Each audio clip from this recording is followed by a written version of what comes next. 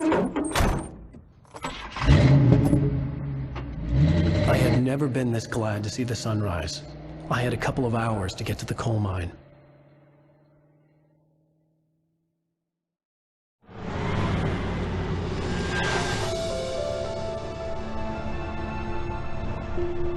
The coal mine wasn't far now.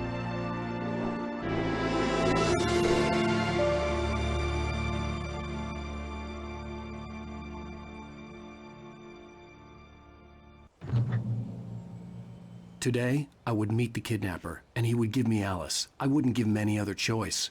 A drowning man will clutch at a straw.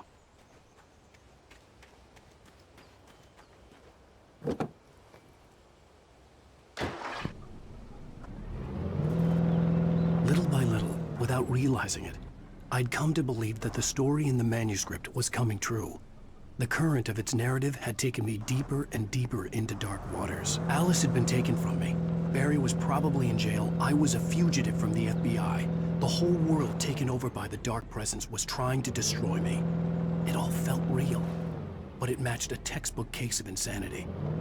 Even during daytime, I was being stalked. The bridge must have collapsed only moments after I'd crossed it.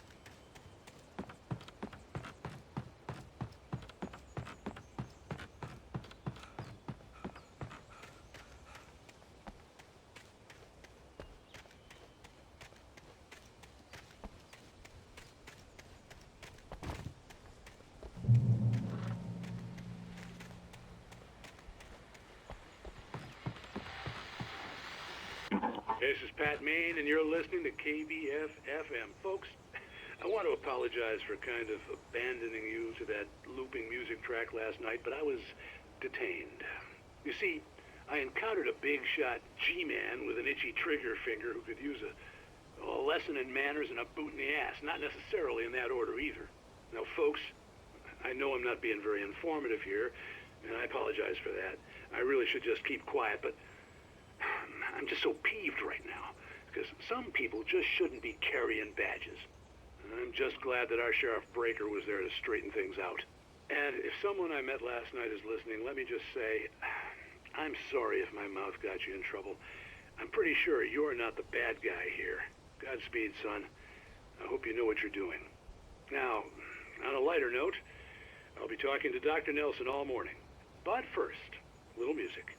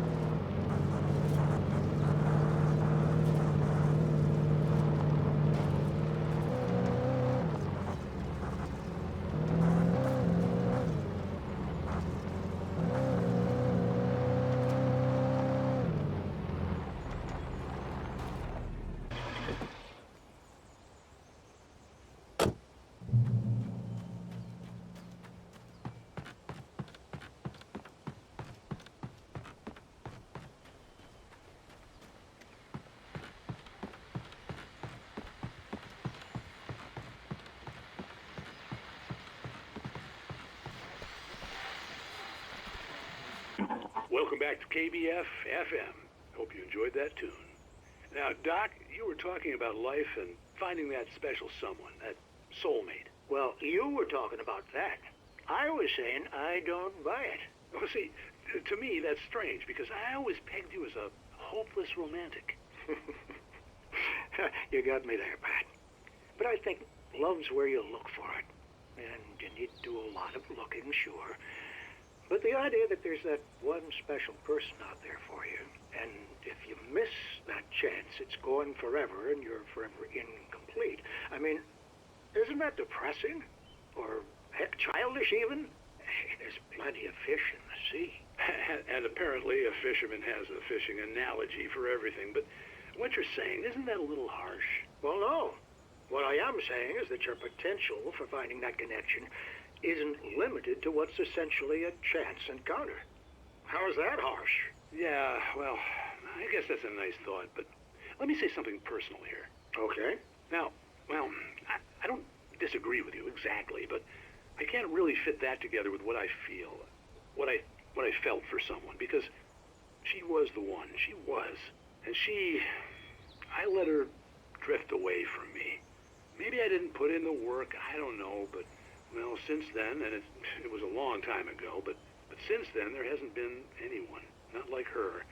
And I'm not saying I dwell on her or haven't moved on. I like my life. I'm not living in the past, but I do miss the way she completed me.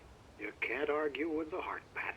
I'm sorry, folks. I had kind of a scary experience last night, and let's just say it's shaken a few things loose.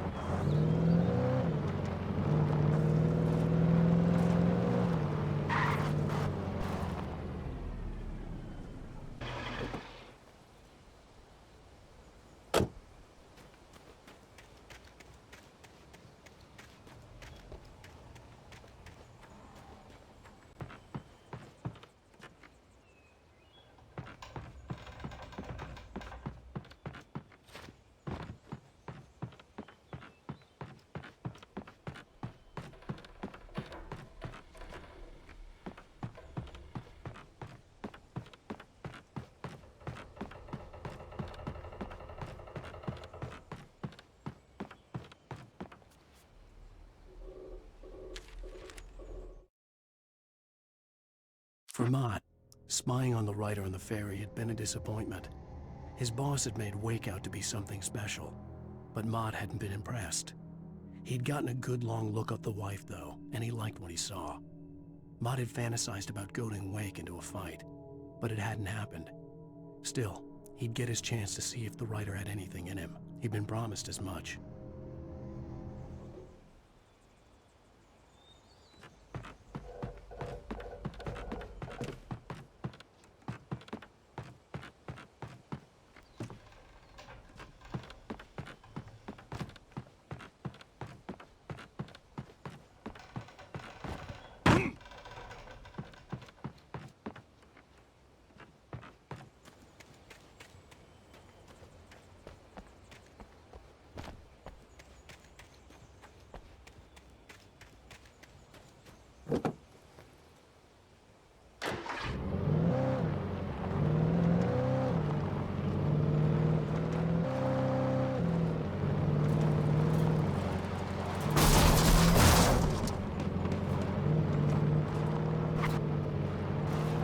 I was early. I was supposed to meet the kidnapper at noon in the main building. The coal mine was quiet. It was a museum now.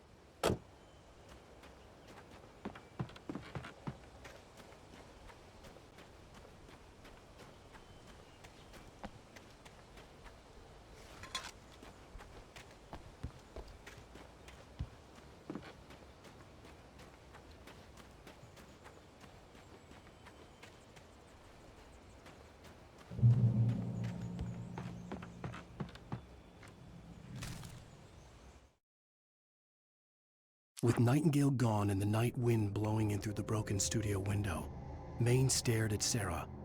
The sheriff looked away. Maine's voice shook with barely controlled anger. That boy's doing more drinking than thinking. I hope you know what you're doing, Sarah. He's got a sickness in his eyes. You take my word for it. He wants Wake for a reason, and it's not for anything good.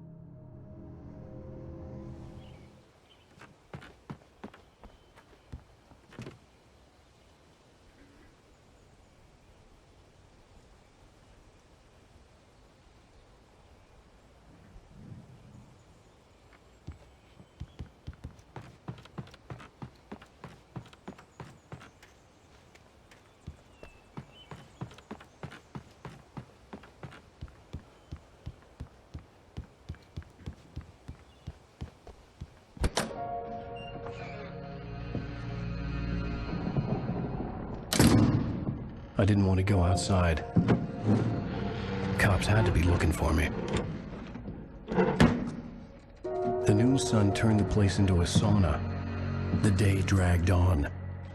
Different scenarios ran through my mind. Ways of how I'd torture the kidnapper to get Alice back. Or the different horrible things he could have done to her. I imagined her dead. I had no way of knowing she was still alive. It was killing me. I was running on blind hope. It was all a waste of time. The bastard never showed up.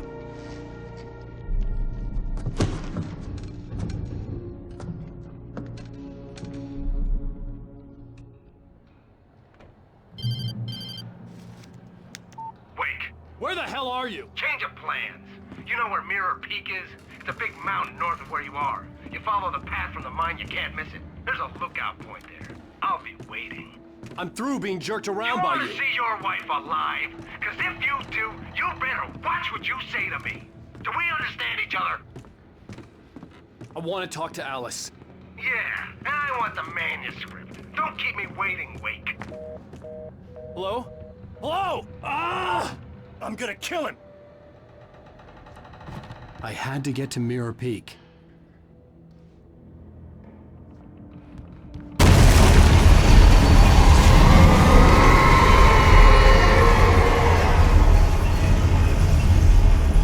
It was close. Maybe closer than ever before.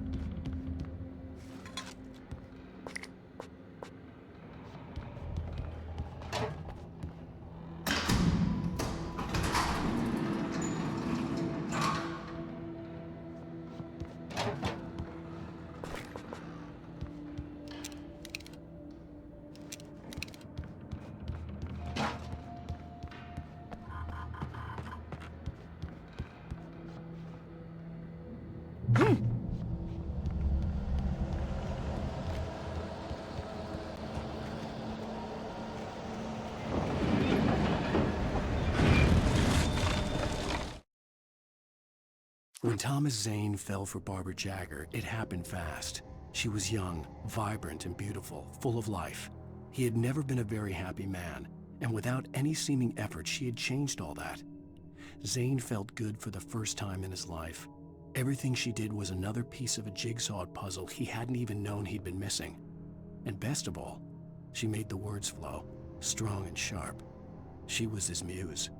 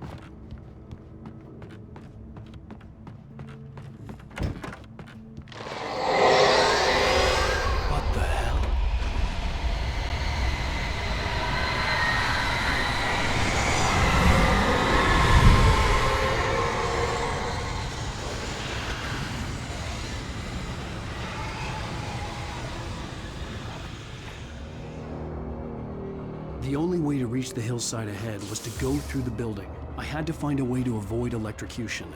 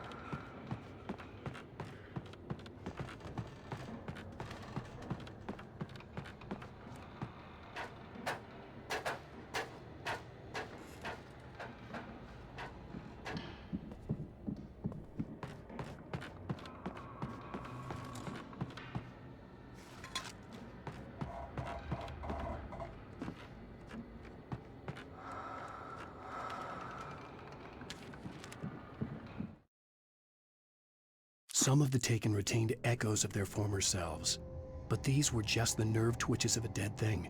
Nothing remained but a shell covered and filled with darkness. In most cases, these puppets were enough for the purposes of the dark presence.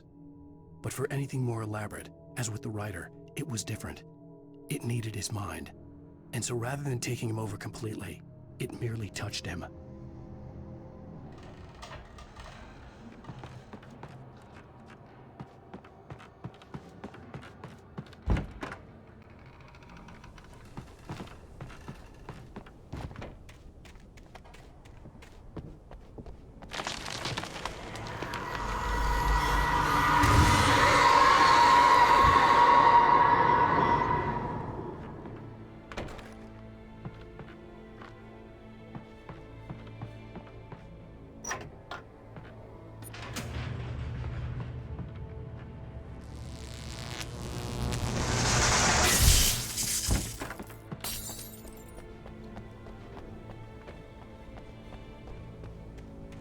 There was no way the flashbang grenades were standard power company equipment.